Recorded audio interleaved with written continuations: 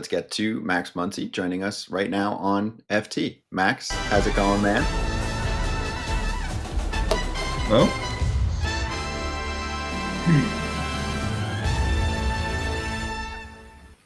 How dare I say hello to you before you get your fancy intro? What's up, dude? How you doing? I'm good. How you guys doing? Really good. How's life right now? So we've talked in the off season about the back-to-back titles, and you get to celebrate some of that to start the year. But it just seems like there's a lot going on. It's like a movie out there every single night. And last night was Ohtani's debut and the Yoshi bobble, and people are probably lined up in the morning before the players are even getting to the ballpark. So what's life like for you? Do you feel like it's a movie star kind of life? I don't know about movie star kind of life. It's it's a lot going on, but we're getting close to being into the daily routine. We had the opening ceremonies and everything, the ring and the jersey, and then we have all the bobbleheads for the series, and then we have an opening day in DC, and then Toronto will be the World Series rematch. But once we get past Toronto, it'll be kind of Groundhog Day for the next 6 months. And, I think all the guys are looking forward to that a little bit. You get so used to just having your routine that,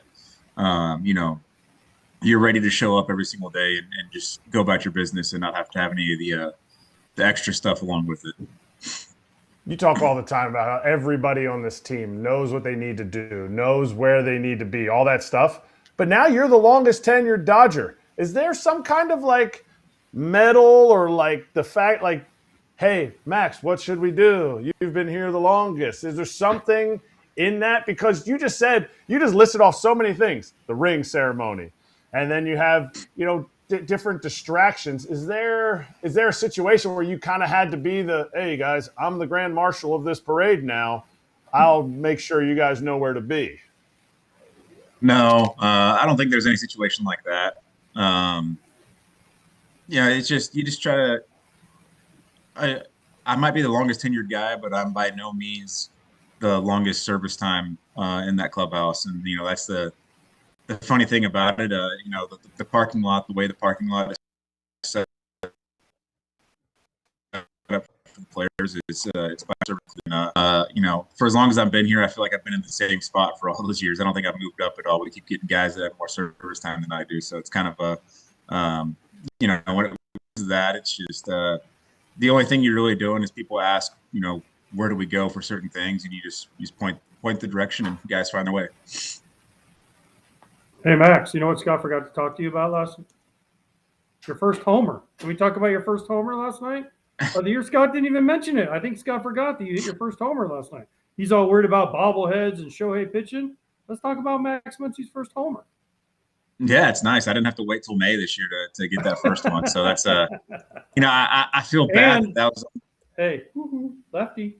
Yeah, it was a good one. It was off a lefty, and I've been feeling pretty good off lefties this spring. I think I had more bats off lefties than I did righties all spring training. It felt like every single day we faced a lefty, and we kind of expect that's how the season's going to go for us. I think teams are going to stack lefties against us. Just we got a lot of lefties in the lineup, and it's going to be their way to kind of combat that. And so getting all the practice off lefties in spring was good for me. I feel really comfortable off them.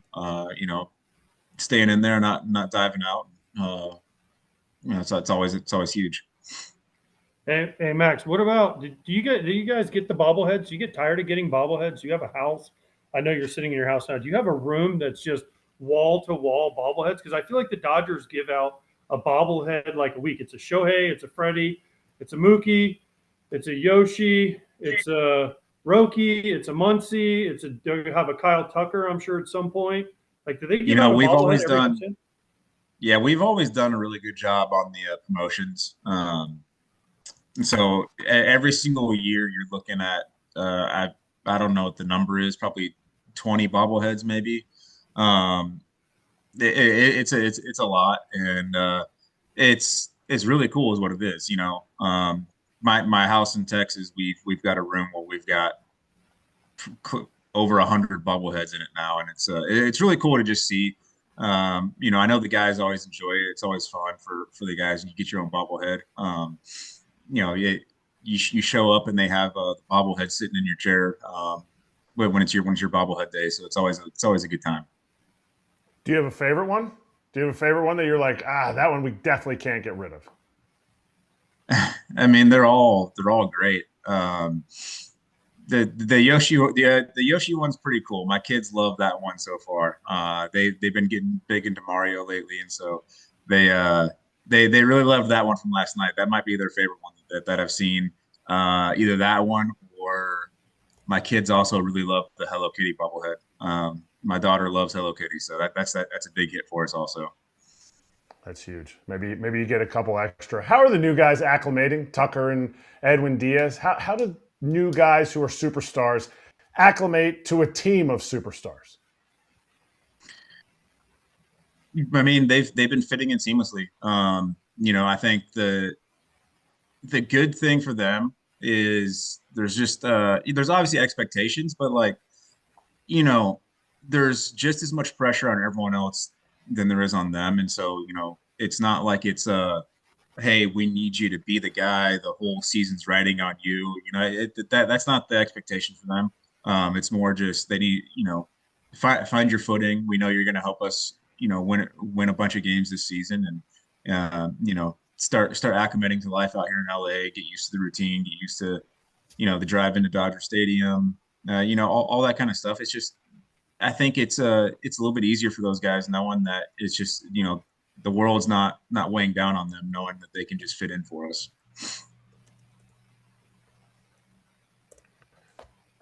Yeah, we'll definitely make sure.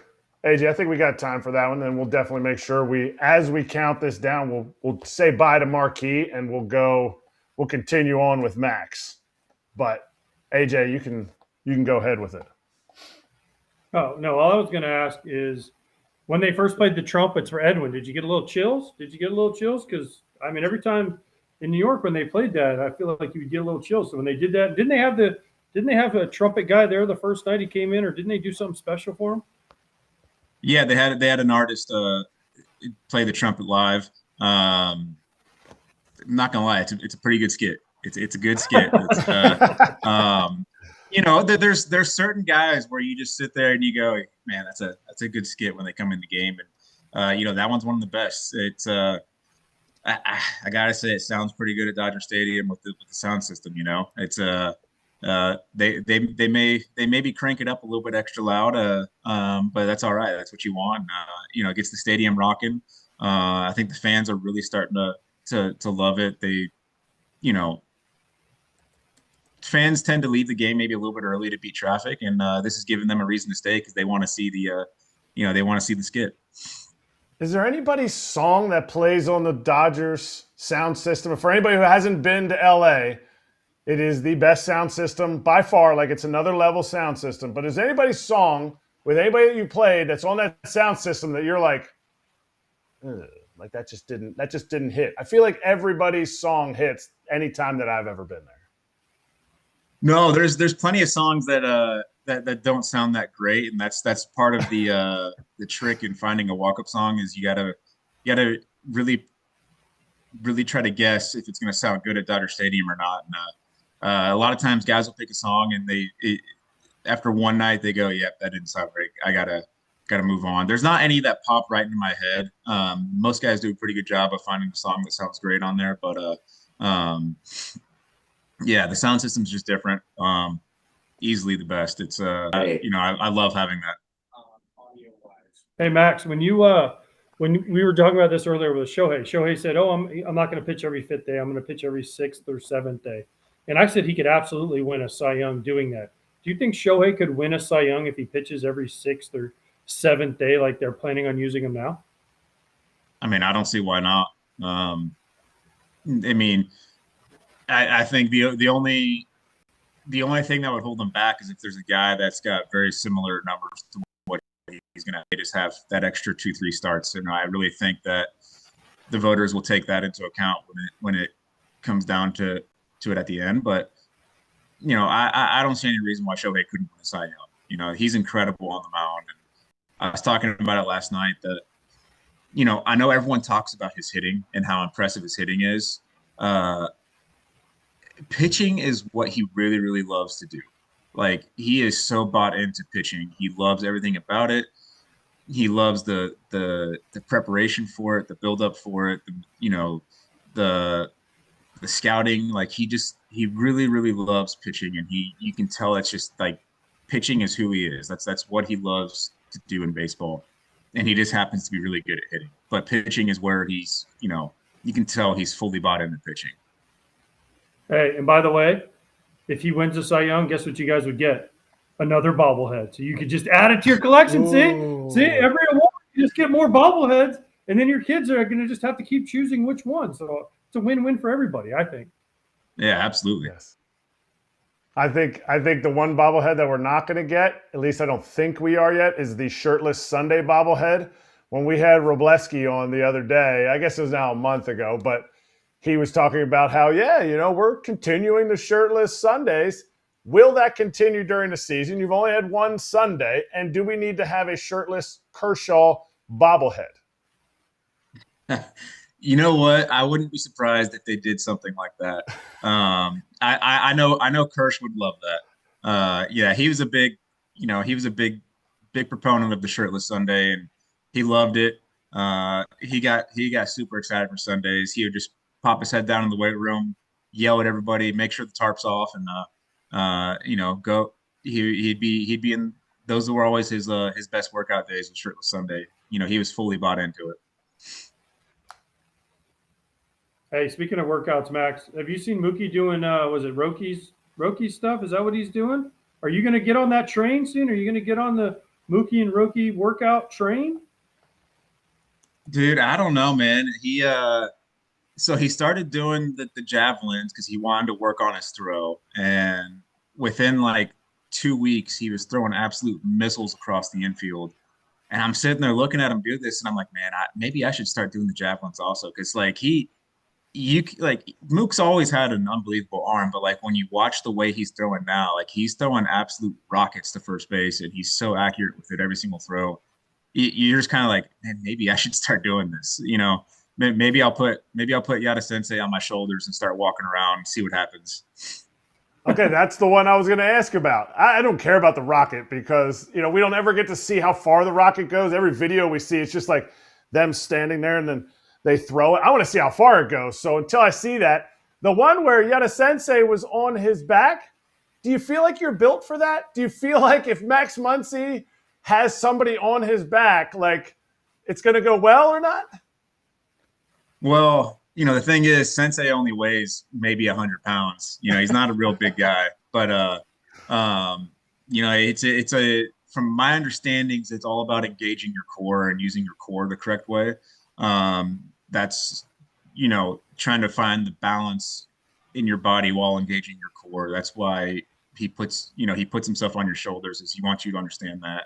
I don't know much more than that, but that's my basic understanding of him being on your shoulders. All right. Have you done ABS yet? Have you challenged ABS? Because you guys have like no challenges so far. Does Dave Roberts say you guys aren't allowed to challenge because umpires never miss calls on the Dodgers because you guys get every call anyway, so you don't want to ruin that reputation? That's false. We do not get every call. That's I would like to think we do, but we definitely do not. No, we've had a lot of meetings about when is the proper time to use a challenge. And obviously if you're 100% certain that, a pitch is a ball and it gets called a strike, you challenge that at any point. But if it's one that you're borderline on, we have, certain situations where you have a green light to challenge. And then there's other situations where it's, you probably shouldn't challenge if you're borderline on it. That's something that we've been real big on so far this year, is just understanding, the situation, understanding, leverage counts, and, is there runners on base, no runners on base? Are you leading off the inning? Is the sixth inning on? The biggest thing for us is just saving the challenges for Will and Dalton behind the plate. The data is very, very point blank that catchers are much better at challenges than hitters are. So we want to make sure our catcher always has a challenge for later in the game. And well, really at any point in the game. And Will's already been proven that so far. Will's been amazing behind the plate. There was only There's only one I think that he's missed, and that was just a ninth inning challenge where it was like, hey, let's take a chance. Why not? And we still had another challenge behind that. So I have not done a challenge yet. I had one challenged on me last night, and it was not overturned. So I was, that was a good one for me. But yeah, the biggest thing we've been trying to harp on so far is just understanding when's the right time to challenge a pitch, because you don't want to run into a situation like like Cleveland ran into last night where they were out of challenges by the fifth inning. Hey, I did a game on Saturday. Max, where the Braves were out in the first inning. Drake Baldwin dropped the boom, boom, boom, boom in the top of the first, missed it. Acuna, there was a ball like in the middle of the plate that they called a strike, and he challenged it leading off, and the 4 hitters into the game, Braves out of challenges. So the smartest thing you can remember is that catchers always get it right. So just let the catchers challenge, okay? Nobody else, including No, Freddie. like I said, the data is very clear on that. When you look at it from the last couple of years in the minor leagues, this year in spring training and so far, catchers are about, what was it, like 65%, something like that, I think. And hitters are only 40%. So yeah, the data is pretty clear that catchers are always going to be a lot better. And, they're seeing more pitches beyond the plate. So it makes sense. All right, so you haven't challenged yet, like you said, but you got a challenge on it. It's riveting for fans. They all look up at the board, they're watching it. When they challenged, I forget who it was behind the dish that challenged the call, did you sit there and go, I know I'm right? Or do you say, that could have just gotten on the edge? Well, the one on me last night, actually, it was a check swing for me. So, anytime you get in a check swing, you don't really get like a full good look at the ball. So I was kind of like, I was just as engaged as the fans were. I was staring at the board. I was like, is this a strike or is it a ball? I don't know. Just do the Randy Arozarena where it's a ball and he just walks to first. He's handing all his junk to the bat boy, and they're doing the thing, and it was like a 0.2 of an inch off the plate. And he's like, I knew it the whole time. He was already at first base. No, I don't know if I'll ever do that. I'll make sure it's an actual ball before I start walking down. Last thing you want to do is take off all your guards and then have to put them all back on, and then everyone's sitting there waiting on you. And I know some people probably enjoy that, but no, not for me. Then you get the pitch clock violation. Then you could get a pitch clock, and it would make up for the other thing. See, so like if it was a strike to a ball, and then you get the pitch clock. See, it's all a big cycle. It's a vicious cycle, Max. It's all unfortunately. New rules are fun. I will say this.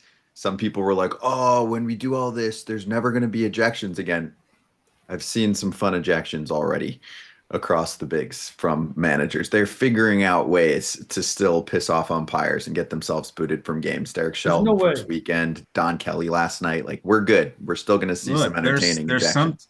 There's some times where guys just don't want to sit there in the dugout, and they'd rather be up in the clubhouse, There's always gonna be those days, and that's just how it is. Hey, will Dave Roberts get ejected this year? Will he get, or does he just always sit back? Like every time they show him, he's just sitting back. It doesn't even half the time look like he's watching the game. He's just like, we're gonna win. So yeah, I've got dinner reservations at 10:30, guys. Let's hurry this up a little bit, because I got to get out of here. No. As for whether he'll get tossed this year, I don't know. Doc does a pretty good job of towing the line. He always stays on the correct side of the line, but there's a lot of times where he'll toe the line with the umpires. And but as far as getting tossed, I don't know. It would have to be a pretty big moment for him to get tossed. Max, last one for you. This is a fun one. So The Athletic does a Hopometer survey every year for 11,000 fans on their optimism versus pessimism for their team. The Dodgers, I think, set the all-time record. It was 98.2%, and that only equals, I think, one fan that said they were pessimistic about the Dodgers.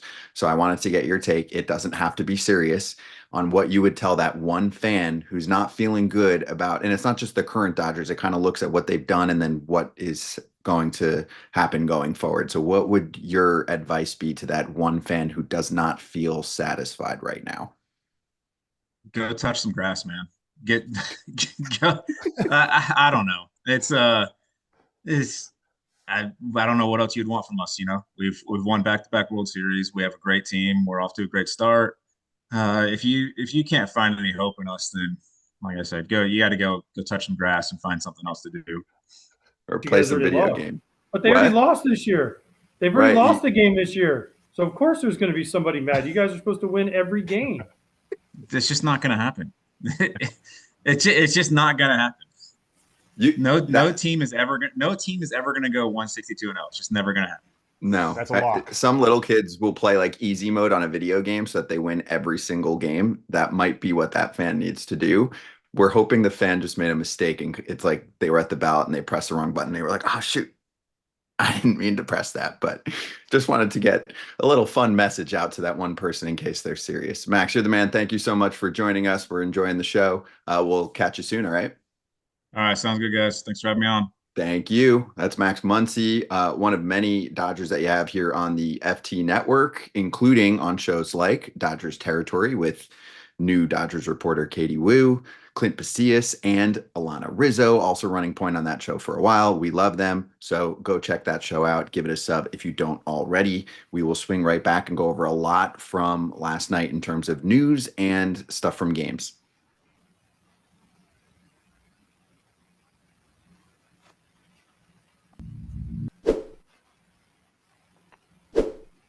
This episode is brought to you by Fox One. Go get that new app.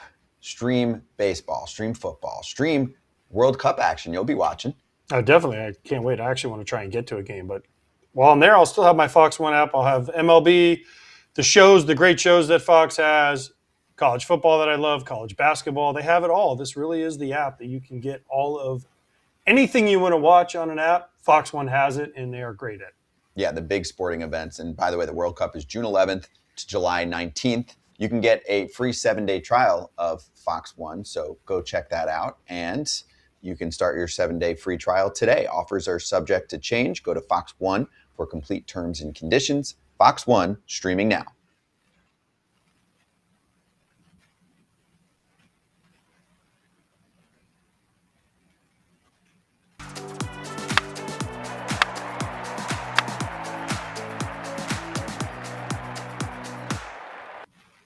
Hey, better than box scores. Let's run it. Let's start with the Red Sox, who fell yesterday to the Astros. Another Yordan Alvarez freaking tank to the second deck. But the thing that stood out from that game in terms of virality was Mark Wegner for getting the count. And he apologized afterward, totally accountable for it. AJ, it was a swinging strike for Cam Smith that should have been strike 3. He ends up eventually walking in the AB. I do want to show this tweet as we're talking about it with Alex Cora sitting Narvaez today. I don't think this has anything to do with it, but my question is, while we're talking about the catcher not in the game, where is the catcher and where is the pitcher and where is everybody when something like that happens? I don't think it's just on the umpire in that case. And this is the tweet for the Red Sox game today. Cora saying Narvaez Carlos out of the lineup, who is one of the better catchers in the sport already from a breakout 2025. But Cora said it's not a physical thing. That was according to Narvaez, and he was asked if it was disciplinary, and he basically just said he wanted to keep it internal. So we don't really know what's going on there. But anyway, your thoughts? Well, first of all, I mean, why Narvaez was benched, I don't know. I can't comment on that. So if he was benched or not benched, whatever, that's good that Alex Cora is keeping it in-house. And then second of all, anytime that I was catching or hitting and the catcher and or pitcher and or hitter asked what the count was, I'm like, I got this, dude. He's not engaged. At no point in my career do I think I ever asked what the count was because I was so locked in. And now, did I forget the outs? Yeah, possibly. But when I was catching, especially, if I forgot the count, then I was like not there mentally. I knew every pitch, every count, what was happening, where we were at, what we had thrown these guys. So yeah, I find it odd that everybody on the field could have forgotten the count. Forget that the catcher. There was times where people were like, oh, it's ball 4, and I'm like, whoa, no, it's not. It's ball 3. Let's go back. And there was times where we had to check with different people. So yeah, anytime I saw someone forget the count, I was like, oh, we got this guy. And also, my bad, just on Narvaez. So he was supposed to start today, and he was taken out. Wong was starting yesterday. I just want to make sure I clear that part out. So it was technically, that's on Connor Wong and the Red Sox staff and all of that. So it didn't have to do with Mr. Narvaez in yesterday's game. That one didn't get by him, so it must be something else going on there. Kratz, have you ever forgotten the count in a big league game? Not that I can think of. I'm not as confident as AJ is about it, but I am totally on board with what AJ said. I see it in high school now. I see it in college as I'm watching college games. Like, if you're not locked in enough to know the count, especially when you play, like, or you watch high school games, there's a kid running the scoreboard. Like, they miss certain things. You can't just look at the scoreboard. Like, that's the times when I've had the discussions with the umpires, like, that scoreboard's wrong. Like, that's wrong. Like, I know it's 2-2. And then I've had times where umpires are like, I don't know. I'm like, well, where's your clicker? What's going on with your clicker? Like, to me, it's a pretty egregious mistake. Like, that's a punch out. That's strike 3. How the pitcher missed it too. Like, there's definitely, like AJ said, like a little bit of a level of we're not quite locked in enough here for a big league baseball game. The Red Sox also learned some other tough news this morning. Tristan Casas had a setback, so he's going to miss more time. Here's the tweet from Tim Healy, who does a great job covering the Red Sox on a daily basis. He said, setback in the form of sore ribs. Alex Cora said he is shut down for a while. We have to slow it down. So, AJ, the injury woes continue for Casas. He has not played much the last few years. What was I'm sorry. I've kind of lost track of him other than him running around like Spider-Man with the mask on and doing all the other stuff that he does. Like, what was the injury? I know he hurt his leg. His knee. A couple years. Running down the first. Lower body. Yeah, ruptured patellar tendon. That was last year? 2nd last year. Yeah, okay. After a month into the season. And then how did the ribs come up? Where did the rib injury come up? That's a recent thing that just popped up. That caused this, that's the current setback here. Because otherwise, I mean, they were definitely hoping to get him back, in the first half, let alone maybe within the next few weeks. I think that was always the plan was, I want to say late April, early May kind of range, even if you're giving him a little extra time.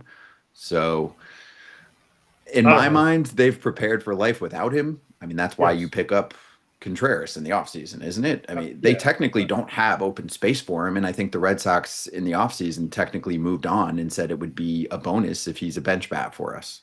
Yeah, they're not counting on him. That's why you go get Wilson Contreras, because you're counting on him to play first base. They're not planning on Tristan Casas to help him. I mean, listen, I remember I watched a little bit of the Yankees, or not the Yankees, the Dodgers Guardians game last night, and DeLauder, who's off to a hot start, fouled a ball off his foot and had to come out of the game. I don't know. I didn't hear any update on him, but he was another guy that was constantly injured in the minor leagues. Like, you can't help anybody if you're constantly hurt. I'm not questioning anybody's pain tolerance, but at some point, you got to be about some substance. You can't just be about, this and that, and I have this, and I do this, and I do that. At some point, you actually got to get on the field and play. And DeLauder was off to a great start this year. Unfortunately, he fouled a ball off his foot last night. But if you're Tristan Casas, until you get back on the field, like, I don't even want to hear about it. Like, I'm sorry. Like, it's when guys don't want to do interviews and don't want to do things when they're hurt, because you just want to hide in the background until you can get back out there and play. That's the way I feel that, Tristan Casas at this point is yes. Could he help the Red Sox? Possibly, but I don't know, because he never is healthy enough to play ever. The game always moves on. Injuries, non-injuries, prospect, failed prospect, whatever it is. For Tristan Casas, I watched him. I worked with the Red Sox just as like a, kind of like a special assistant to player development. And I got to go in and I got to watch him work in Double-A. I got to watch his like daily routine. I went to watch the Double-A team, I'm not sure how many times, but it was quite a few times, more than the other levels. And I would say he does a lot of things right. He's worried about his nutrition.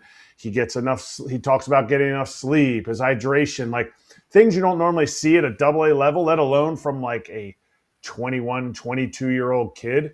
So I think he has a lot of the right things in place. It's now a matter of how can he figure out how to stay on the field and be a contributing member year in and year out to this Red Sox lineup, or the Red Sox will have to move on, because every day you're not out there as a player, not Tristan Casas, but every day you're not out there as a player, the team has to move on. Very few players are so good that they're like, we're going to hold everything up here. we're just going to find a little stopgap and then we'll be back when you're back. That doesn't happen. So that's a tough issue with injuries, prospects, and young players. Yeah, and of course, I primarily feel terrible for Tristan, but there are many Red Sox fans that were like holding on for dear life to this being like the next superstar for their team over the last few years. There were, I mean, hey, Kratz, you, me, and Todd Father especially too have been attacked on him in the past when we tried to throw him in a trade here and there, and Red Sox fans would be like, "You guys are absolutely berserk. You don't watch baseball, blah blah blah blah." And again, you can't predict injuries, but he had gone through many of them. So when you do throw him in a deal, it's okay. That's just the opinion of some. So people were roasting us in the past. And unfortunately, he is someone that has not panned out for Boston, and they've moved on for now. All right, we're going to move on to, let's get to Darren Smith.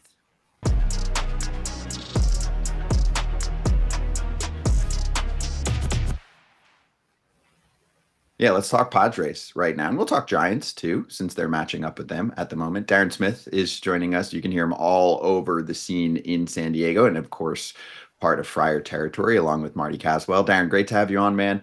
Appreciate the time. And let's just start with it nice and simple. State of the Padres after about a week of baseball. Your thoughts? Not great. Yeah, not exactly out of the gates firing here like people had hoped with a new manager and an emphasis on wanting to change the dynamic of how you approached hitting the baseball. It's not been good at all. It's 1-4. You lose a couple of games where you expect Nick Pivetta and Michael King, right? If you're going to have a rotation where you have Walker Buehler and German Marquez, you probably want to feel pretty good about the games where you're pitching the front of the rotation. That didn't quite work out against the Detroit Tigers. So 1-4, the team is only hit 2 home runs. They are, for what this is worth, through 5 games, 30th in slugging, which is kind of reminiscent of 2025. So it's not good. And they are staring down the barrel of a sweep this afternoon at Petco Park to the San Francisco Giants, who have woken up in San Diego after a miserable start in their home ballpark. Other than that, everything's great. Oh, it sounds like a blast. Sounds like sunny San Diego. I mean, it sounds like, you know what, Darren? It sounds like you're in Philadelphia right now. It doesn't sound like you're in San Diego. Everyone's always happy in San Diego. I thought you're clearly in Philadelphia with Kratz, not San Diego. But my question is Vitello's there. He got his first 2 wins. Craig Stammen is the manager of the Padres.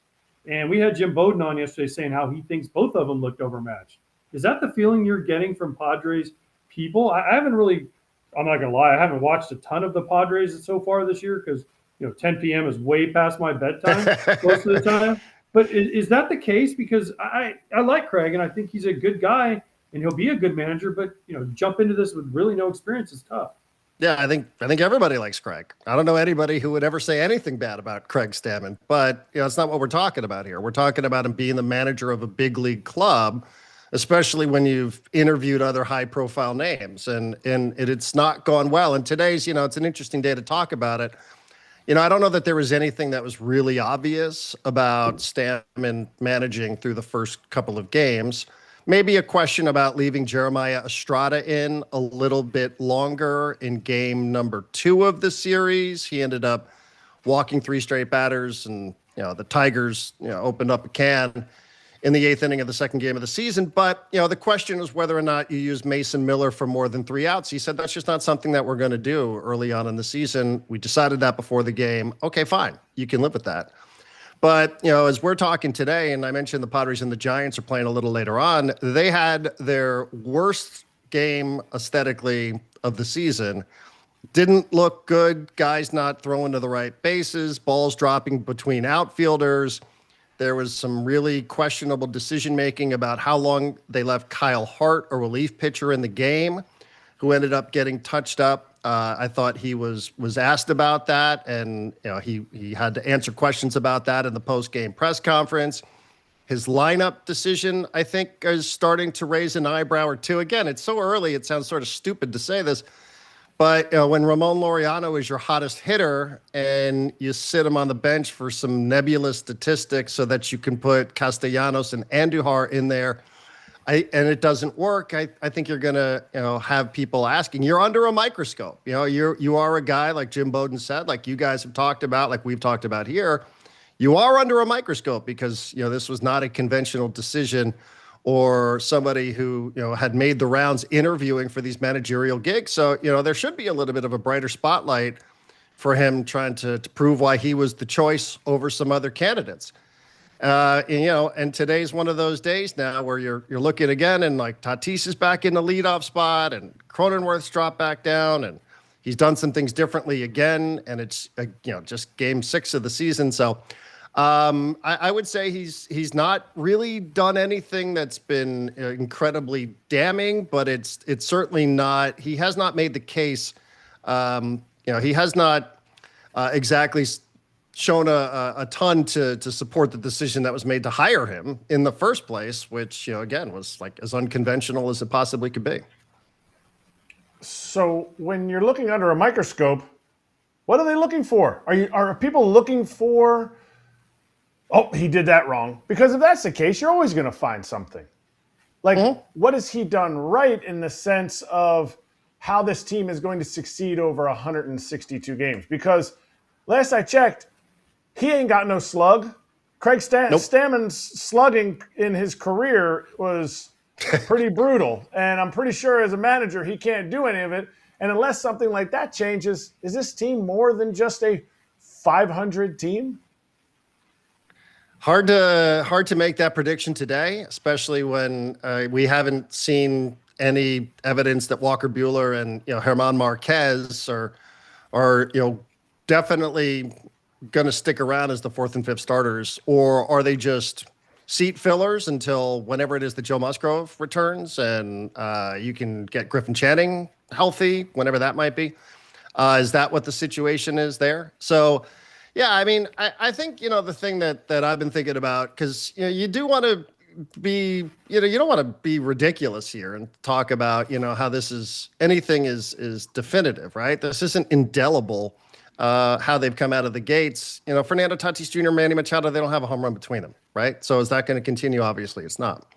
But they were not a good slugging team last year, and that was a big point of emphasis. They were 22nd in slugging in 2025, and they were 28th in home runs hit. So as much as you say, okay, wipe the slate clean and start all over again in 2026, it's not up to us just to say automatically, okay, we believe that you're going to be a different team. It's up to them to prove that they're going to be a different team. And so far, they haven't done that. So, when you replace a manager, whether people like Mike Shildt or not, fact of the matter is he did win 90 games last year, and he won 93 games the previous season. So he had a way of winning even with some of these deficiencies that have shown themselves early on. And I don't know what it is that we expect to see. Maybe Craig Stammen was brought in here because he's a little less volatile than Mike Shildt. Well, I think a lot of people would take the volatility of Mike Shildt, which mostly happened behind the scenes, if it meant that you were in the high 80s or in the 90s when it came to wins. And to have one of your worst starts in recent memory here with this new manager and seeing some of the same flaws that people pointed out over the last year or two, I don't know that it is building any confidence whatsoever in the decision-making to put Craig Stammen there. So, I can't point to anything other than his personality is not as abrasive, as it was when Mike Shildt was here. And maybe people, whose names nobody really knows, maybe their lives are a little bit easier because they don't get yelled at behind the scenes. But, is the trade-off that you're not going to win on the same level? Then, again, I don't know that that's really a trade-off that people are willing to make, because 40,000 people are filling that ballpark every single night, and it's not exactly been a ton of fun here through the first 5 games of 2026. Darren, last thing for me on Craig. Is he making the lineup? Because you said questionable lineup decisions and questionable this and that. Do we know that? Is that coming from Preller? Is that coming from up above, as Pat Murphy calls him, the ivory tower? Or does Stammen have full power over the lineup to make it how he wants it?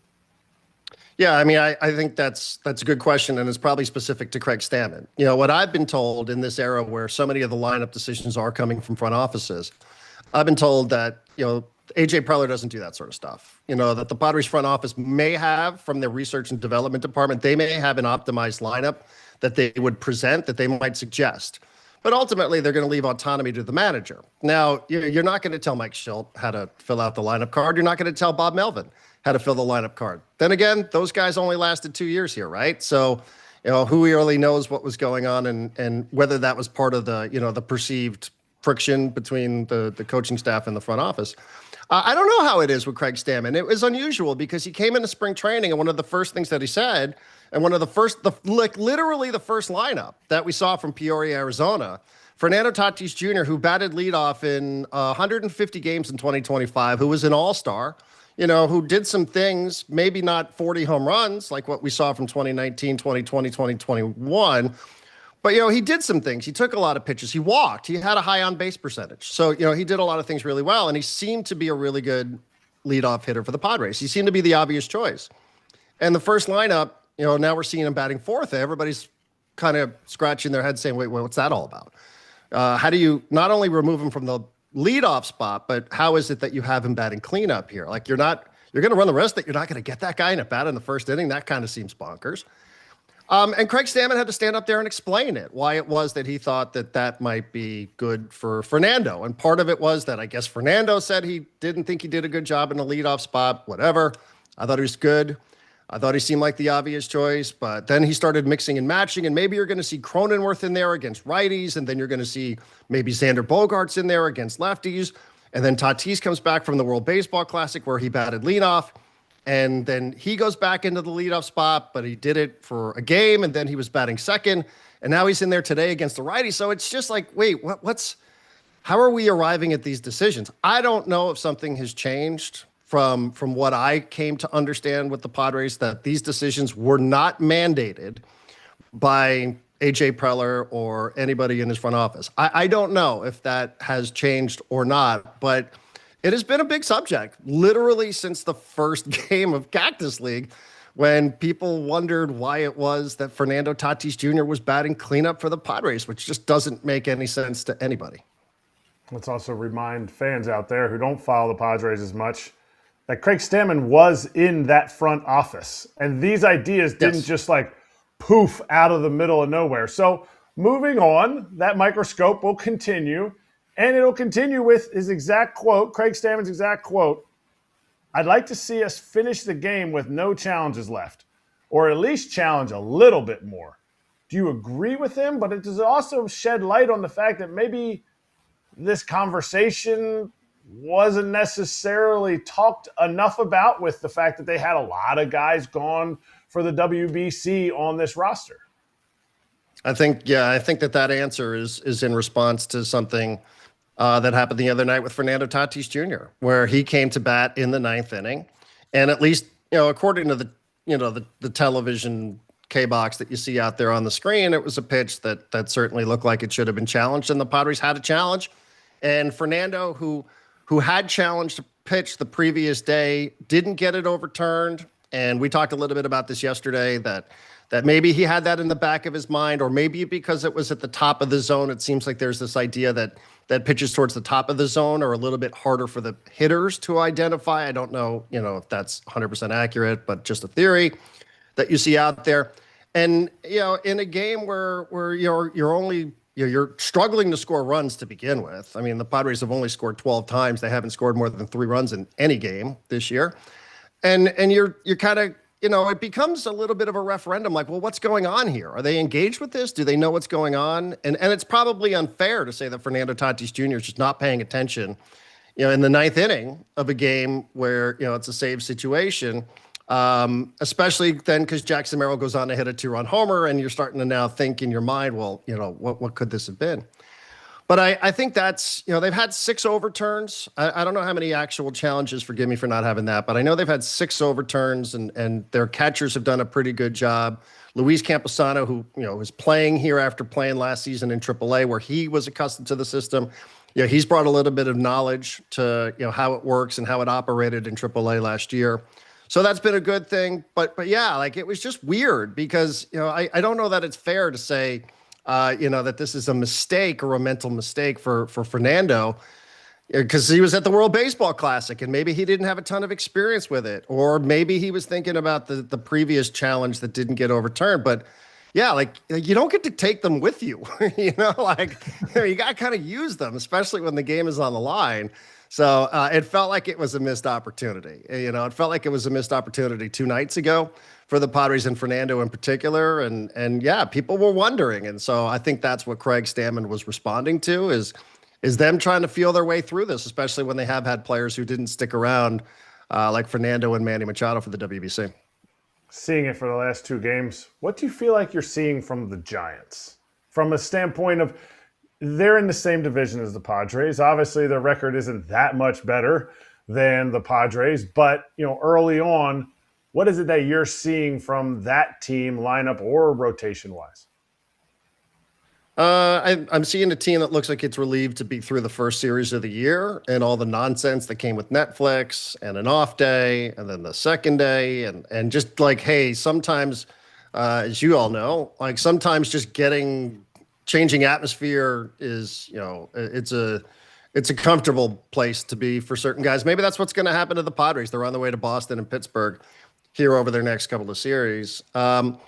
Yeah, I don't know. I mean, I think Bader's pretty good. I think Chapman's always really good. Adames is pretty good. I think they have a lineup that you look at. They have an ace, in Logan Webb that you certainly like. Yeah, I mean, I think that they have some guys, especially at the front of their rotation, that you look and think, yeah, that could be pretty good. So yeah, I don't, I didn't think they were going to just completely melt down to start the season. But they got a little bit of pop. A rise isn't hitting. Maybe that's one of those WBC things that we're referencing here about the guys that played in that tournament. Not quite, hitting the ground running, I guess. But it's an interesting team. Is it as good? Do I think it's a team that is obviously going to be better positioned in the NL West to finish second behind the Dodgers? I think that's probably premature. But at least for a game, when you look at a lineup and you see guys like Bader and Chapman and Adames, and then there's a rise maybe batting in the middle of it. Yeah, I mean it looks like it's definitely improved from where it was a year ago. I just don't know. I don't know enough about this manager. I don't know enough about this manager and some of the stuff that's been said. I know social media clips certainly have made him appear to be completely out of his depth. But maybe that's just social media clips. Maybe the maybe the reality isn't as dramatic as it would appear to be on social. This is the microscope series because Tony Vitello is also under a microscope, kind of like Craig is under a microscope. Last one that's not under a microscope, it doesn't even fit under a telescope, is the valuation that the possible sale number that came out was $3.5 billion. Is this just an unbelievable case of a team saying, you know what, I don't care what other people say about this market. We're going to build this team to be followed and loved in this city, and then the valuation goes through the roof? Obviously it's a success if that number even gets close to that number for the San Diego Padres. But seeing it built this way, did you think that number would be that high as what we're hearing right now? No, I mean, I thought I was starting to talk about what it would be like at $2.5 billion. Like, wow, what an amazing success story. This thing was sold in 2012 for $800 million, and now it's going to get sold for $2.5 billion. That's incredible. So to add another $1 billion on top of that and make it the highest sale price in Major League Baseball history, I would be lying if I said I was prepared for that for the Padres, especially for a team that doesn't have a lockdown television deal. They're one of these teams that's kind of caught in between from the regional sports network collapses and waiting for Major League Baseball to try to get everything under one roof. Their lease deal, Petco Park doesn't come with the team. They don't own the stadium. So, yeah, I mean, it's an incredible thing. And you know what I think it is I just mentioned 40,000 plus every single game thus far to start. Season tickets have been capped here in San Diego. People love this team. And, for as much as Padre fans hate the Dodgers, and will definitely give me some grief for being on the same show as Max Muncy, but, the Dodgers inspired the Padres to spend money. And I think that the Padres spending money has proven to this fan base, whether they've had the type of results that are commensurate with the amount of money that's been spent. I think, that the Padres spending money and not just crying about how the Dodgers are just, oh my goodness, what are we supposed to do? We can't compete. It's brought out a really good version of the Padres. I think it's been a great example for teams all across Major League Baseball that you can do it in a market like San Diego. So, I think from that standpoint, you can't walk across the street in town without seeing somebody wearing some Padre gear. I mentioned the ticket prices are it's incredible what it is that's happening. 40,000 plus every single night. Petco Park is making money hand over fist. I think it's been a great success story. I think that should be really the moral of the story here, is that the Padres and Peter Seidler invested in this team in a way that a lot of people thought was kind of irresponsible and unsustainable, and all these words that were used. And that family is going to walk away with an awful lot more money than I think they would have if they had tried one of these more boring and pragmatic approaches that we see in a lot of other markets around baseball. Hey, Darren, imagine how much the Padres are going to be worth after they get a salary cap. Yeah, I mean, probably, but I mean, ain't happening, kid. So they better sell now. No, I don't think it will either. And, again, I mean, you hear guys like Manny Machado talking about hey, I mean, why did we turn off the spigot here? We were spending a lot of money too. We should be still in that kind of game. So, they had a strategy, and they had a general manager and a president of baseball operations who could execute the strategy really well. And he worked hand in glove with the previous owner. I mean, that's the next big question here, is whether or not the president of baseball operations is going to be compatible with the next owner, whoever it might be, and whenever it is that might happen. But yeah, I mean, I kind of laugh at all this, because I think that the Dodgers and the way they spent, it inspired the Padres to do something that, they've proven that they can do, and they're going to get rewarded for it, as though it's not, it's unsatisfying because it comes following the death of a beloved owner here in town. But, listen, this is a business, right? It's what we're told over and over and over again. And the San Diego Padres are going to sell for over $3 billion. Seems like a pretty good deal to me. Yeah, they're putting on a damn show every night, like you mentioned. I mean, that is a fun experience at the ballpark. It's a packed experience at the ballpark. And even if you have 40,000 times $100 per head, that's $4 million per night.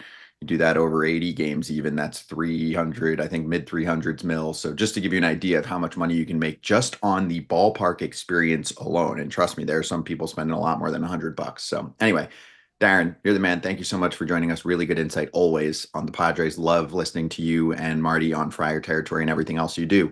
Appreciate you, man. All right. Appreciate you guys. Have a good one. You too. Hey, Friar Territory, that's the show. That's the clip from Marty, Darren, and Tim Kirchin on that particular episode, part of the FT Network. Give it a little love. Right.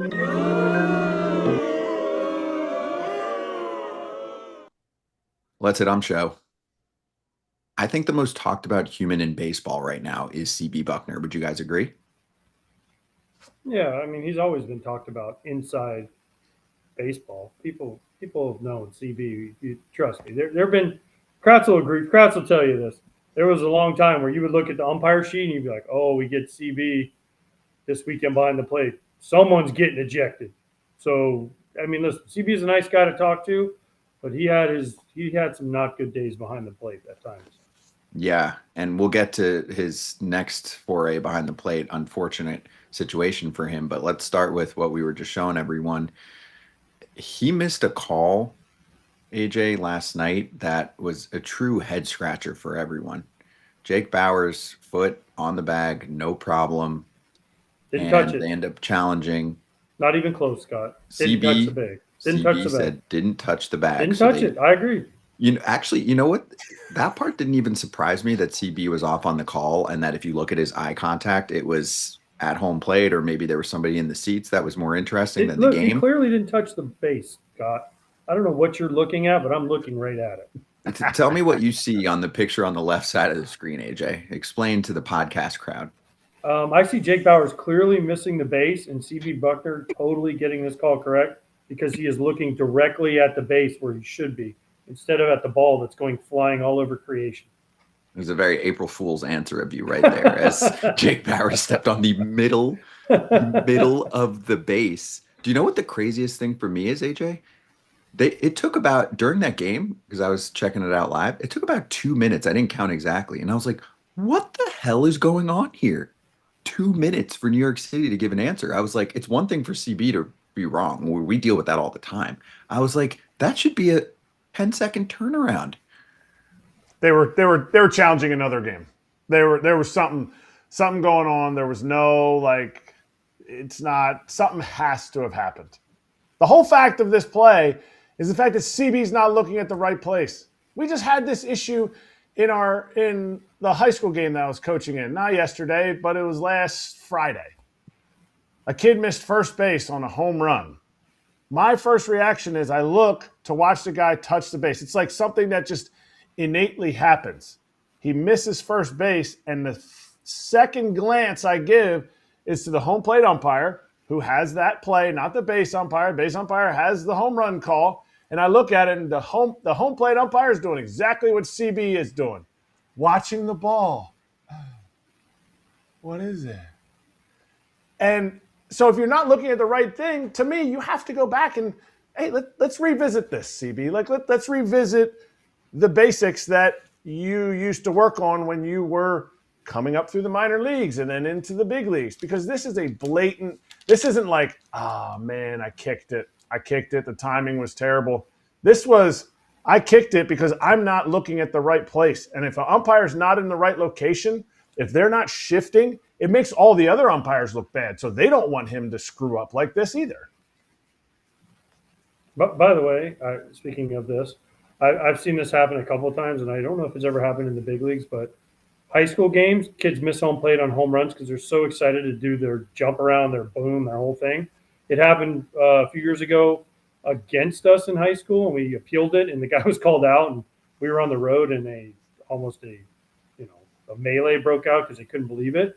And then last night, the high school my son went to, a kid hit his first career homer, and I sent a picture to the dad of, hey, nice homer, congrats. Make sure he touches home plate. And I ain't saying the kid missed home plate, but if he touched it, it was by 1/10 of an inch with the tip of his cleat, like we see on the ABS challenge marks now. It was bad. Like, just step on the middle of the plate. I don't understand why this is such a hard concept to get. Just step right in the middle of the plate. You can jump up and down on home plate if you want. Just make sure you touch it. Right. That seems to be the easiest part of the sport. It's the one part that everyone could do. It is really hard for the average human to hit a baseball, but it is very easy for anyone to step on a base. Also, AJ, isn't CB's job at first to be watching the foot hit the bag and I guess for if potential obstruction? Like, why is he wandering, as people say, into left field as a term? Like, he is wandering into outer space with his eye contact, and we all saw that. And that's where I get to a point and say, is he past his prime, right? He started doing this in 1999, and the league essentially bought out Angel Hernandez. They might have to do this here with CB. It's one thing to have the issue behind the plate. And again, we'll get to his next game behind the plate here, which he really isn't going to participate in. But does the league need to step in and make sure that he's okay? No, they'll reprimand him. They'll take away postseason stuff, I think. Isn't that how they do it? But I don't know if they're going to make him retire. I basically did that to Angel Hernandez. Yeah, but Angel Hernandez also got tired of hearing about it. Angel Hernandez was the brunt of it for so long, and now CB is about to – it seems like CB is about to take that. Angel Hernandez didn't go because he wanted to go. Angel Hernandez went because he was probably just tired of hearing it everywhere he looked, in every place. Anyone that recognized him, like, oh, Angel Hernandez, worst umpire in baseball. Even though, I'll be honest with you, I never really had a problem with Angel Hernandez. Angel was – again – I never really had a problem with CB because you kind of knew what you were going to get when you went into the game, so you just didn't let it bother you. Now the problem is with ABS and with replays and all that, they're just put out there more in the open than they would have been in years past. This is egregious. In my opinion, it's egregious. I think Angel's stuff, if he was pushed out of the league, maybe he got sued. He sued the league before because he didn't feel like he was being treated fairly. I think there's different things that go. To me, this CB play is egregious in the sense of it would be like somebody who's a bad driver. Well, you speed and you keep getting caught speeding. That's not a bad driver. Like if you're making right turns on red, like you're just blatantly not doing things correctly, that's way different than calling balls and strikes incorrectly. So like a play like this, I think there has to be some type of reprimand, not a suspension, but just accountability. We have the ABS to keep the umpires accountable. Players are in this league because they do well. They get sent down when they don't do well. They're being held accountable. The umpires should be held accountable. When you're caught in the wrong position, looking over here at the ball fly, and your one job on that play is to see the play at first. The home plate umpire has the ball flight in case it goes out of play, in case it's illegally touched by the catcher, whatever there is.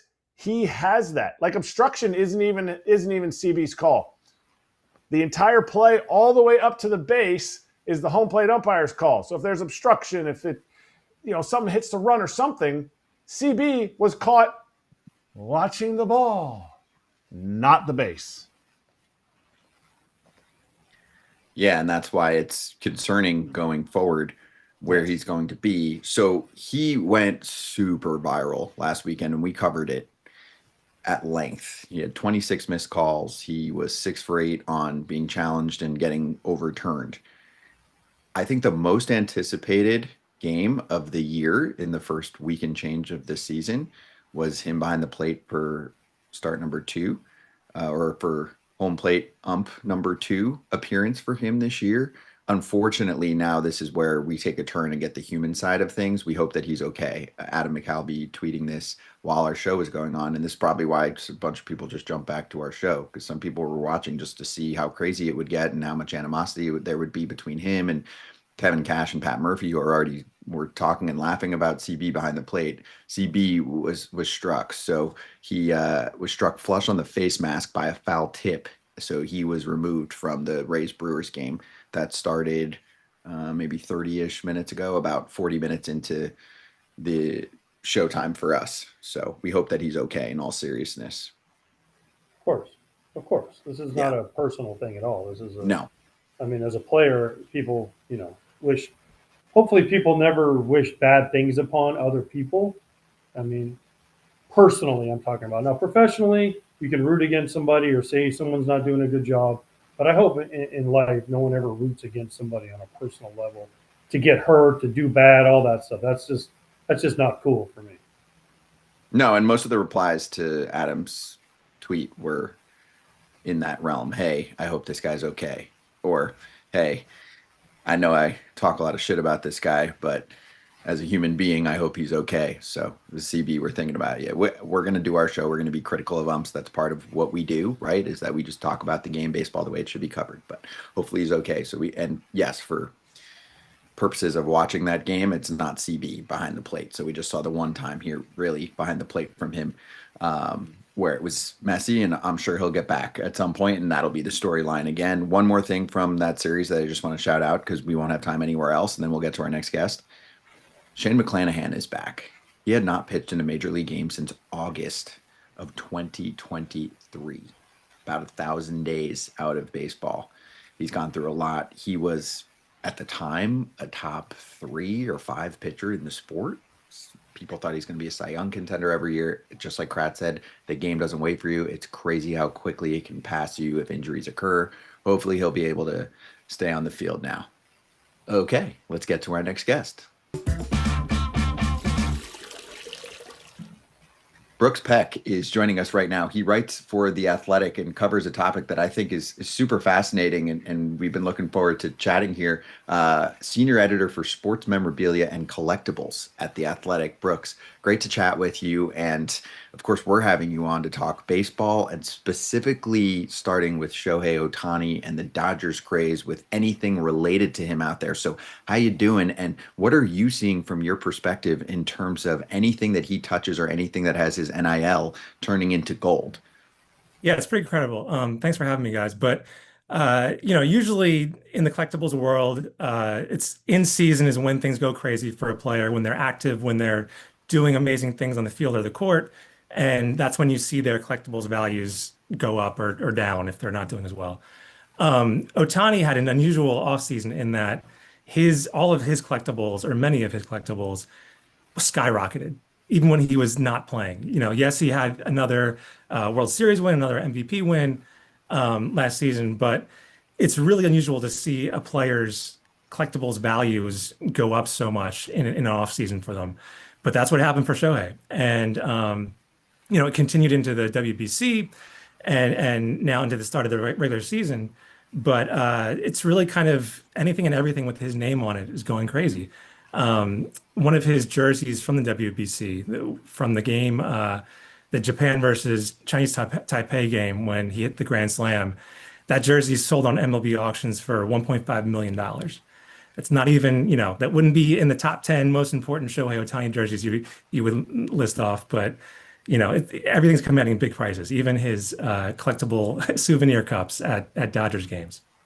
We're going to get to those souvenir cups, but when you talk about collectibles, I need to talk about the fact that these collectibles, you said this is when the price is the highest, but people collect them. When's the next price jump? Like, do people need to collect all this Shohei stuff, wait for him to become wait for him to become a Hall of Famer? Or is it the day he retires? When does it take the next jump for all these people right now who just have junk? That's a great question. I mean, if it's kind of uncharted waters, again, to have a player go through an off season and have their values climb so much during that downtime. So now at the start of a period where we should be seeing a rise for Shohei, we're kind of wondering what happens next. It seems like his values can't get much higher than what they are at right now.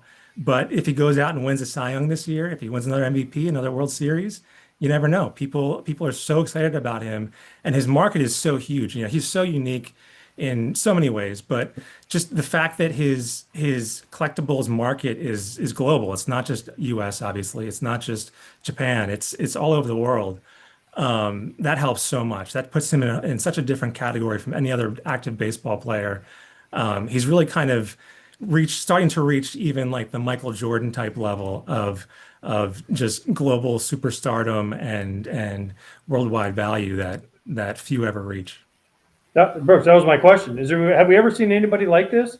Listen, as somebody that knows that Michael Jordan's golf course, they used to sell the bags from the pro shop on eBay for like $50, 75, just for a bag that said the name of MJ's golf course. Have we ever seen anything like this in sports as far as collectibles go at that second, right? Like now, Griffey rookie card, the upper deck one, right? Or the Mantle card or the Honus Wagner. Now, those are just relics from a long time ago. But have we ever seen somebody in the height of their career just explode on the memorabilia scene? And is it because Shohei doesn't sign a lot of stuff and there's not a lot of stuff out there with him? I mean, he does sign a lot. He has a deal with Fanatics where he's signing a good number of cards and baseballs and jerseys and everything. So there is a decent supply of his stuff out there. It's just that, the demand is so huge and so global that it's even bigger than what that considerable supply is. But yeah, I mean, like I said, Jordan is really the closest comp at this point. And still, Jordan is his own level, even above what Shohei has reached recently. The most searched athlete on eBay, even today, every single month, the biggest collectibles marketplace in the world is Michael Jordan. Every single month without fail, even 25 years after he last played basketball. So Shohei isn't quite at that level yet, but the fact that he's even as close as he is at this point is pretty remarkable because, he's far from done. He still has a lot more to do in the game and, a long way to go. Hey, Brooks, you mentioned Michael Jordan. Well, then that would be my next question. Is it because he didn't sign anything for so long? Remember, he would only sign Wilson basketballs and he'd only sign certain things. So I have a Michael Jordan jersey hanging in my house. Should I sell that son of a gun or what? Yeah, I mean, he's another one. All of his stuff has gone up in value at an incredible rate the last couple of years in particular. And you're right, he doesn't sign a ton. He has an exclusive deal with Upper Deck, and Upper Deck doesn't have the right to make licensed NBA cards anymore. So his autographs are limited to basketballs and jerseys and more higher end things. So you don't see them as often, and they're super valuable as a result. So you might want to sell it. Yeah. I would never. All right. When I first read the headline to your article that you wrote for The Athletic, it said Ohtani's cup is what I saw. I clearly just glanced over. I'm like, oh Lord, but we're talking about a souvenir cup, not a protective cup that Ohtani wears to play. So this souvenir cup, has there ever been, this much of a story over a baseball souvenir cup? No, and any type of cup from Ohtani would be worth a ton of money. But this is definitely, I think, a first. You of course, souvenir soda cups have been around forever. You can go to any game in the country and find a souvenir soda cup. But what made this one unique beyond just being Ohtani was the price tag attached to it. Originally cost $75 at Dodger Stadium. They just put it on sale for this season, and it got a lot of notice for that price tag because it sounds ridiculous on the surface. Now it came with free refills the day of the game, so there was that element to it, but that's not worth $75. What makes it worth $75 is that it's Ohtani. It's the special limited edition cup. They're not making a ton of them apparently, and so it caught people's attention. Initially, it was a lot of outrage because of that high price point. But then the team came back, I think on Saturday it was, and lowered the price by about $6 and said you can get free refills for the entire season if you bring it back for each game. So that's kind of changed the value proposition at the games. But what really made it valuable was it was Ohtani. So people started selling them on eBay and on the secondary market. Since it was an item that you could only get at games, people, Ohtani fans from around the world couldn't get it. So it's been commanding huge prices on the secondary market, people who just want that Ohtani cup. And it's now selling for north of $200 a piece. Right, for free sodas. That's legit. If you keep going to the Dodgers game, you're just going to keep getting free sodas. But we talked earlier to Max Muncy about the bobbleheads. Are the Dodgers missing a chance for even more money, if I would ever even utter those words? The fact that they give away these bobbleheads, the fact that they're doing this to me, it's still a promotion. I get it. It's $70 now for an Ohtani cup, but it's refillable. And it's like, you're never going to make your money back, but you could, if you're a regular Dodger attender, you could drink a lot of sodas with that for free. So is this something that the Dodgers are possibly going to change the game in the sense that they would start charging for these bobbleheads that are going on the market for $1,500 in 2 hours after somebody gets it?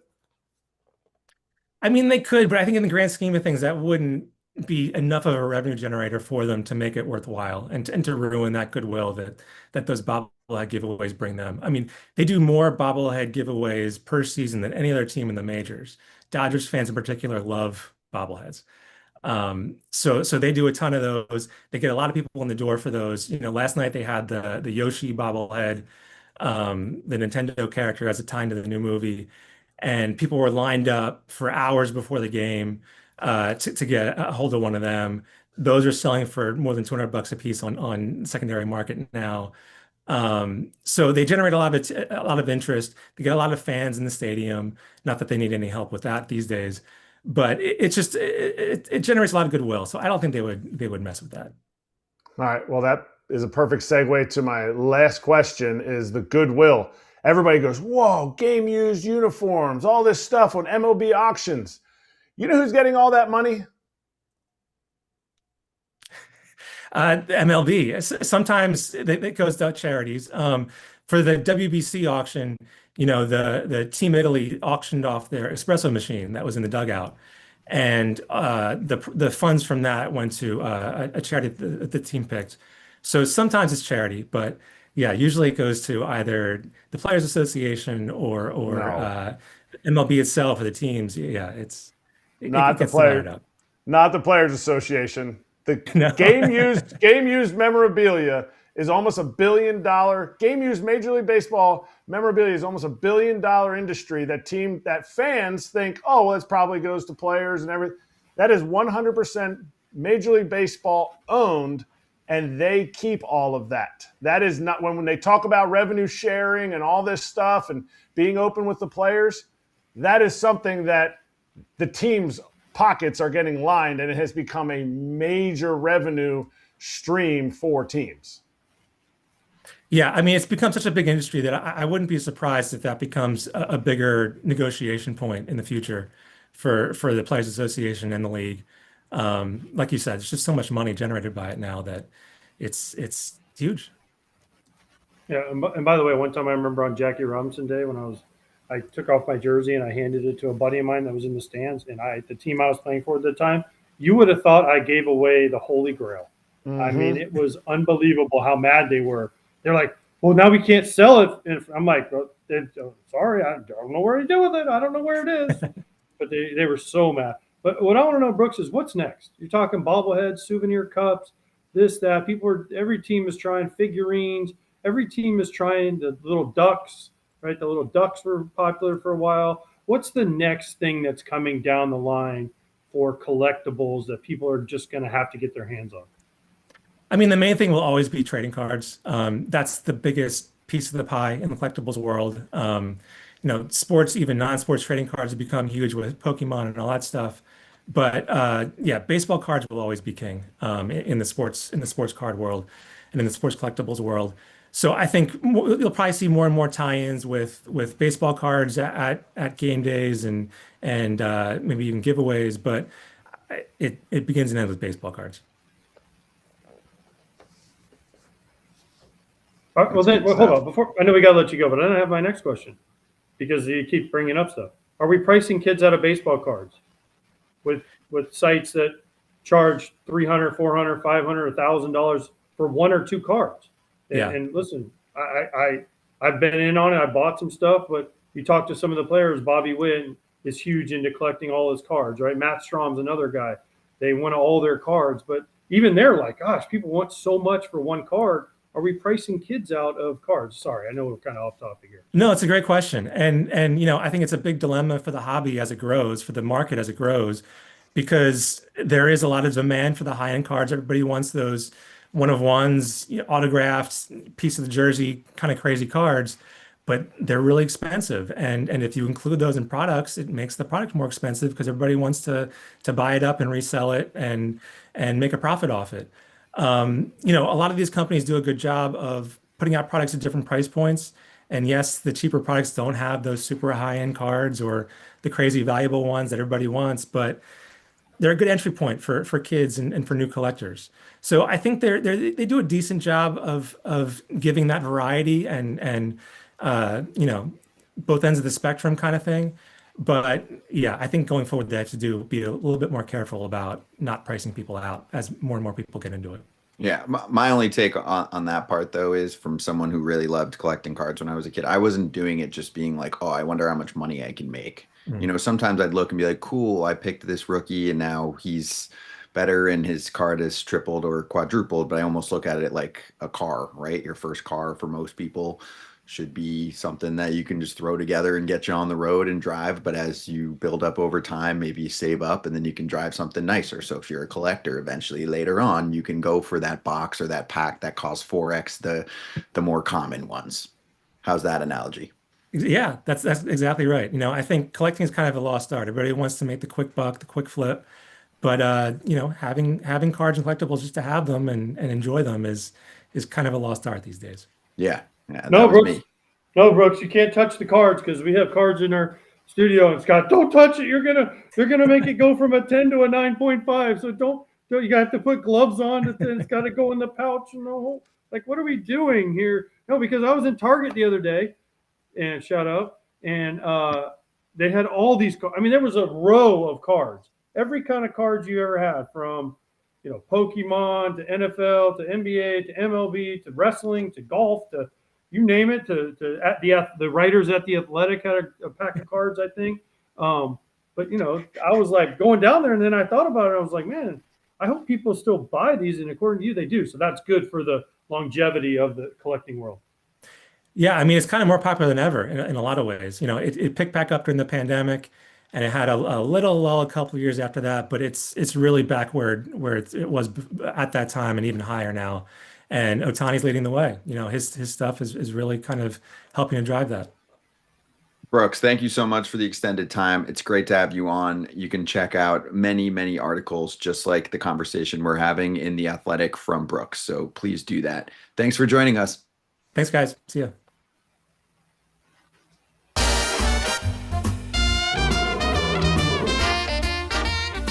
BetMGM Locks. Oof, I needed to get on the board.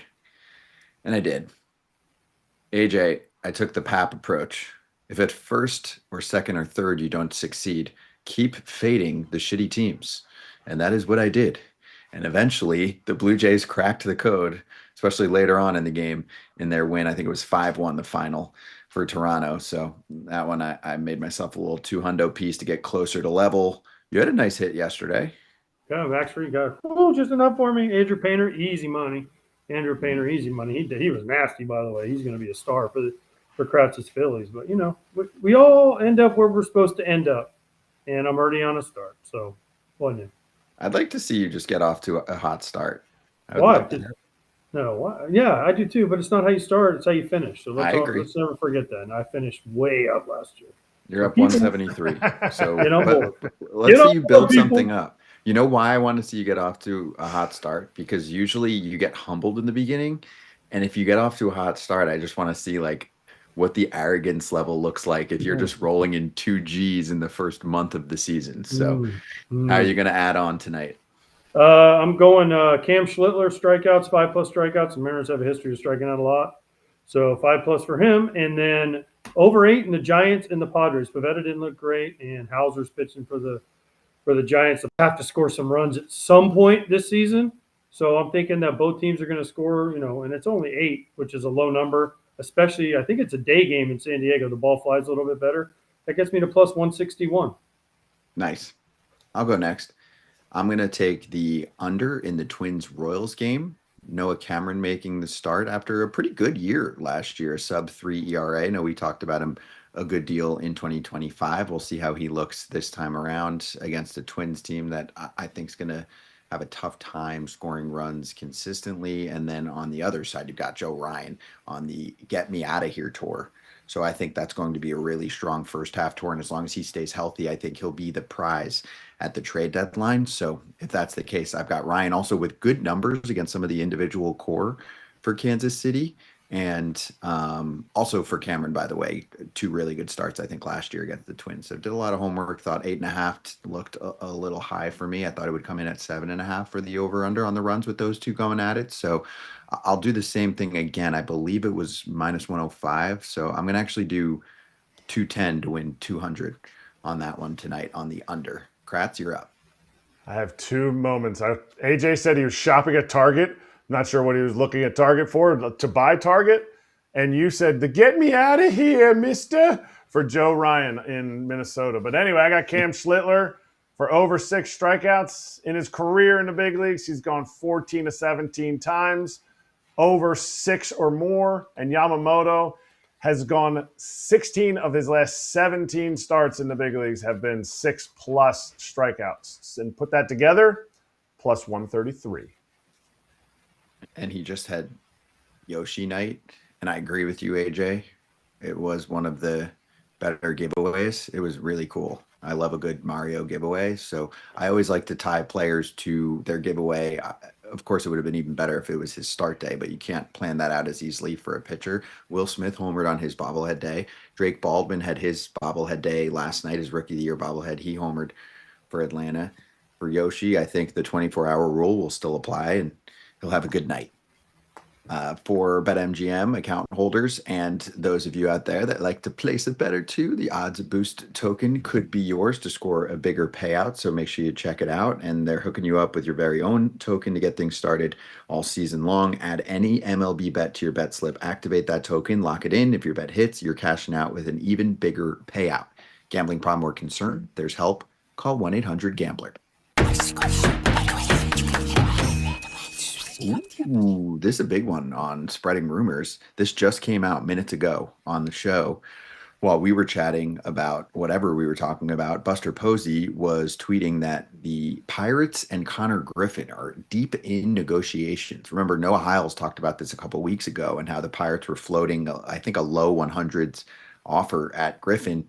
We've seen a couple prospect deals over the past week with Emerson and Pratt for the Mariners and Brewers, respectively.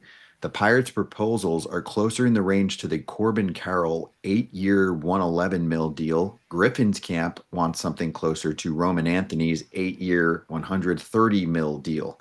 I'll tell you this, AJ, if I'm the Pirates and I think I have a shot to close in with Konnor Griffin right now, I am not going to wet my pants over 20 million bucks for locking in a superstar for a decade. It is not going to make a difference if you think he's going to be what the industry thinks he's going to be. Give him the damn. You know what I'm doing, AJ? Literally right now, I'm picking up the phone and saying, "Hey, bud, 131, it's yours. We're going to give you the number over Roman Anthony. I know Roman had played an ounce of big league ball. I don't give a crap. We believe in you. Lock it in. Surplus value will be off the charts." Okay, two things. First of all, if Buster Posey tweeted this, that'd be amazing that he is Oops. is in the Pirates lock or club. I mean, that'd be pretty tampering. That'd be tampering. That would be tampering. That'd be smart if he could get into other teams' front offices. Only. So, Buster Olney, yes, I know, but it was funny that you said Arston Judge. Hey, Yes. I give you credit. I correct you guys. I want you I to know, correct me it was always just when I funny. flub. Thank I you. was like, when you said that, I was like, man, Buster Posey knows what the Pirates are doing. That is amazing. He is everywhere. So, anyway, and then the other thing is, do you think if he signs this extension, he's in the big leagues? No, you buffoon. Oh. No, you backwards hat buffoon. He hasn't even had success. Did you not even watch any of his at-bats? What is your problem? You look immature with your headphones and your backwards hat. There's no way that's how it works. By the way, these made me look mature, Kratz, because I don't have unwired headphones. See, I'm old school, so I have the wire. This is a wire, kids.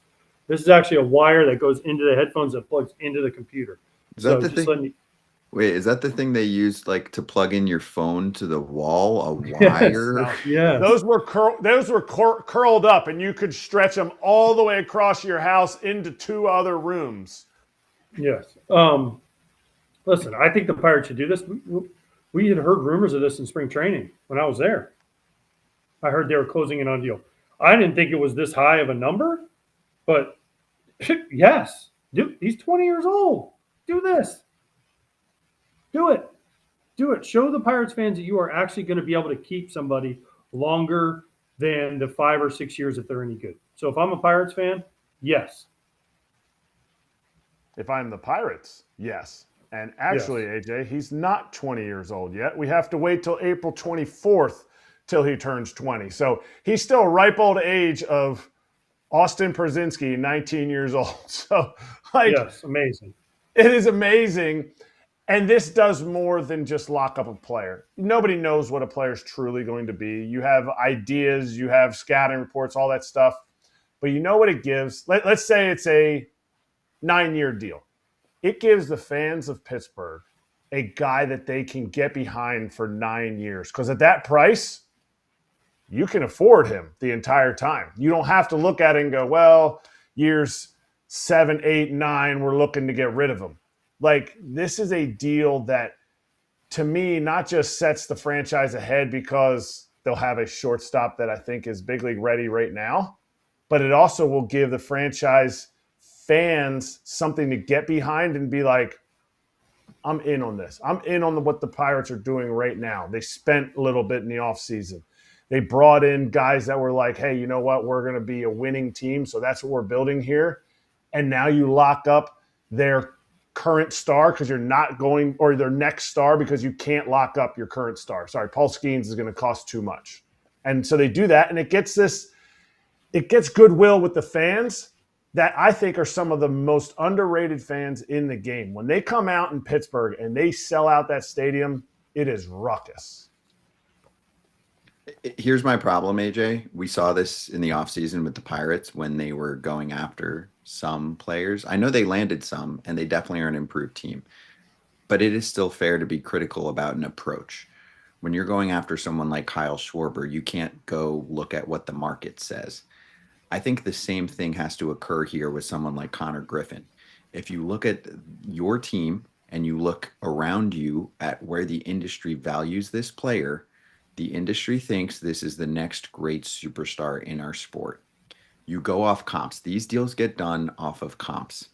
Roman Anthony looks like he's going to be a star in our sport. Konnor Griffin should be talked about in that echelon as Anthony was 5 seconds into his big league career and signed a deal like that. AJ, if I'm Konnor Griffin, I can't ask for 150 plus, but I can ask for Roman Anthony's deal to a T. I can ask for that deal and a penny over because it's also, X amount of months later and inflation and how these deals get comped, they build up over time. So I think if I'm his camp and the Pirates are a hard stop at say 115 or even 120, I'm not doing it until it gets to 130 something because we know it will and it will get there pretty quickly. So do you agree with that? Or like, let's say right now they're at that stopping point where the Pirates are like 115. And I get it. You're still getting rich. You're getting 100 something. Like in my mind, I think he deserves to get the comp that one of the other better top prospects in the sport gets when he hasn't really touched the bigs at that point. And I'll find it while you're talking. But Roman Anthony was 5 seconds into his career. You know what he should get? What? 1 more million than Roman Anthony minimum. He Yeah. should get more. He should get more. That's it. He should get more. If he's as good as and the Pirates think he's as good as they think he's going to be, and he's going to be the face of your franchise, he's going to be this, then he should get more than Roman Anthony because that's how these things work. The guy before you set the bar, and then the next guy that is that guy gets a little bit more. So he actually, to be honest with you, I think he should get a little bit more. And if you're Bob Nutting, I think you should pay him. So pay the man, Bob. What they say in Rounders, pay the man his money. Pay the man his money. He signed it on August 6th, talking about Roman Anthony. He was 46 games in, and it was 8 years, $130 million. A 2034 club option for $30 million would make it 9 years, $160 million. You're getting a decade of what could be one of the better players in baseball for what would be a massive discount. The easy comp to always look at is Ronald Acuna Jr. making 100 versus Vladdy Jr. making north of 500. They came up around the same time. That is 5x plus for the cost of Vladdy versus the cost of Ronald Acuna Jr. That's the kind of bargain you can get if you sign guys like this. Some of you are going to watch this and say, this is crazy money for a 19-year-old. That's fine, but that is how the sport is looked at right now. So, Kratz, do you agree? If you're him, here's the crazy part. The Red Sox and Roman Anthony already did all of the work for you. I don't think he can make a strong case for, I'm going to be better than Roman Anthony, but he should definitely be in the same echelon. So like what AJ said, you basically can just carbon copy what the Red Sox gave Roman and hand it out here, and everybody should be happy. Don't get nickeled and dimed. Either side shouldn't get nickeled and dimed on this. It's very clear cut. This is what happens. This guy set the bar. Maybe you can argue that in spring training you were offering low hundreds of millions of dollars. Now you see what Colt Emerson signed for, so you're like, okay, well, this is fair, both sides. And you think I'm going to be a star? You need me in the big leagues right now? Let's go and get this done. To me, I agree. I think it's 130 million plus, or you don't sign it. Yeah, I'm with you. Do you think that there's league pressure because he's technically not in the big leagues yet? Or shouldn't be? Why would the league would want him to sign this deal? I would agree. I would think the league would want the Pirates to sign him to this deal because they're going to be like, man, if this guy becomes the dude we think he is, then you're actually saving the rest of the team's money. So I see what you're saying, Scott, but I would think, again, I don't know that because I'm not a league guy, so I don't know what they think and do. Trust me, I have questions many of things the league has done over the years. So I don't know, but I would think that they would be totally on board with this. Because it raises the number for the pre-MLB debut. So the It next also guy that saves comes them- along. It also No, I saves agree. them a ton of money in the long term. If you look at it, you brought up Vladdy, but he got $500 million, right, compared to what Acuna got. Plus, he got 4 years of arbitration, which is almost like another $50 million. So it cost them, if they would have signed Vladdy when he first came up to $130 million, it would have saved the Blue Jays $400 million. It's a massive difference. And the Blue Jays actually had multiple opportunities to do that, right? You look at Vladdy, you go back and look at Mookie Betts. These are guys that actually were receiving multiple offers over the course of their career and at least claim that they would have signed them, but the price kept going up based on how well they performed, plus how the contracts were being handed out to the rest of Major League Baseball. So in conclusion, the deal should be a little over what Roman Anthony got, and I think it'll happen this week, and then Konnor Griffin will be called up 5 seconds later. So stay tuned. We'll keep you posted on all of that. Let's get to a few other things. from last night. We'll do a longer slap hands.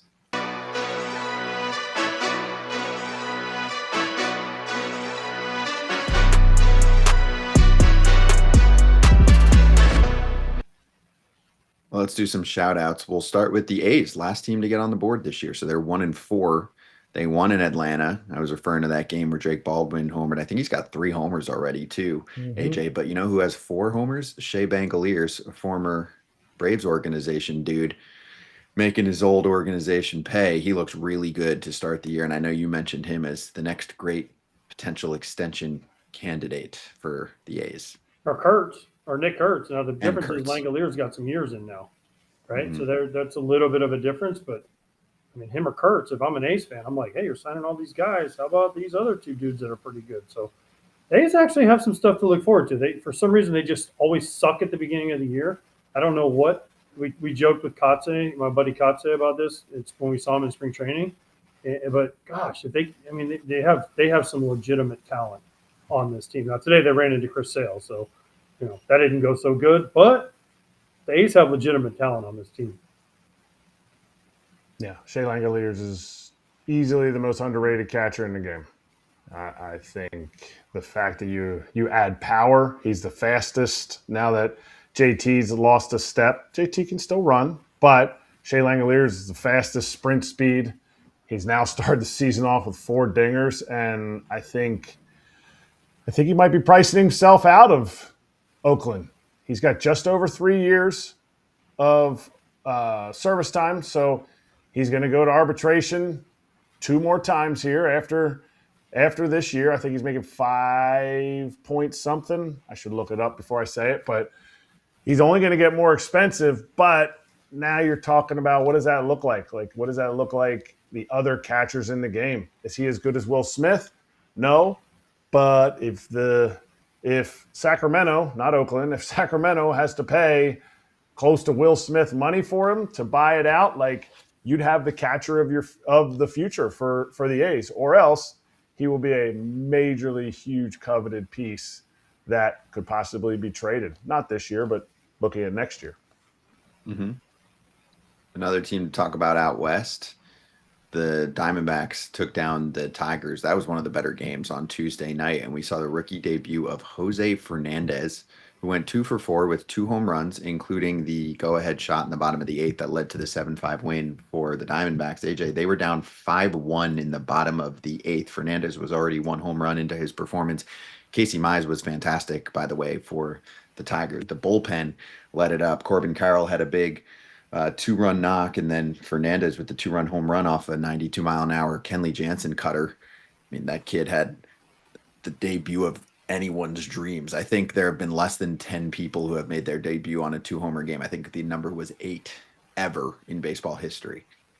Yeah, the Tigers bullpen just fell apart. Vest and Kenley Jansen gave up 6 in the 8th last night. You're not going to see that very often, but it happened last night, and the Diamondbacks took advantage of it. And good for Fernandez, and what a debut, like you said, Scott. You don't see that very much. Listen, I remember my debut. I only got 2 at-bats, so I didn't get 2 homers, that's for sure. A lot of people don't know about Jose Fernandez, and I'm one of them. When I watched his first homer live yesterday, I was like, wow, this dude in the box. He looks like create a player. So I went on Baseball Reference. He's listed, clearly Baseball Reference does not know a lot about him because he's listed at 6'3", 165. My guy has put on a few pounds since Baseball Reference just checked in with him. But the fact that he hit 2 homers in his big league debut, right now, he is the 23,636th player to play or throw a pitch, take an at-bat or throw a pitch in a big league game. And less than 10 guys have done that in their debut. It is absolutely incredible. Wow. He does not look 165. He's not 165. That is a large creative player that was signed out of Venezuela and kind of floundered for a few years. It's okay if it takes guys a little bit longer and burst on the scene. That's the way to make sure you're staying in the big leagues and maybe getting a few more at bats here and there. Yep. Couple things on our way out. Number 1, May Day is back today. So you'll get a live Trevor May coming up after our show, which is done in about 90 seconds. So make sure you check it out. Trevor does a lot of what we do as a one-man show. So give him some love. Stay on the FT YouTube channel while you're watching a little day baseball. That would be nice. Thank you very much. Kratz hats, and then we have one fun story with the Orioles after that. I mean, Max Muncy came on, so I had to wear my spring training hat. And our guy Clint behind the scenes been grinding all day, so this will make a little bit of happy day for him. Very nice. Good job, Clint, behind the scenes today. And then our finisher here. The Orioles lost to the Rangers. Pete Alonso hit his first homer with the team. It was against his former teammate, Jacob deGrom. But Craig Albernaz, his son, and his travel ball team showed up at Camden Yards before the game, and they stole the show. There's Pete signing autographs for the kids. The kids' shirts say he was our coach first. Whoever put that little idea together, AJ, A+. 100%. That's cool. That's pretty awesome. Yeah, whoever that was, whether it was Craig's wife or someone in Craig's family or whatever, that's pretty awesome. The team's probably from New England, so they're just happy that they saw some sunny days. Believe me, New England, they ain't seen much sun now, so they're glad they were in Camden Yards yesterday. Hey, I'm in the Northeast this week. It's nice. Yesterday was sneaky. It's nice. Yeah, you guys know what you're doing a few months Weather's perfect in Boca. I'm just saying. No, did Del you catch Boca what I said, Vista. AJ? A few months a year. Northeast, they know what they're doing a few months a year. Which months are those, Scott? I'm not sure yet. Still figuring that out. You got to take days from each month, kind of like roll over, and then clump them all together and just pick them, put them together. Yeah, it's tough. But everyone, there's a ton of day baseball going on, so check that out. But also listen to Trevor May, and then we will see you all tomorrow. Wait, the White Sox are playing today? I don't think they're playing until next week. Never!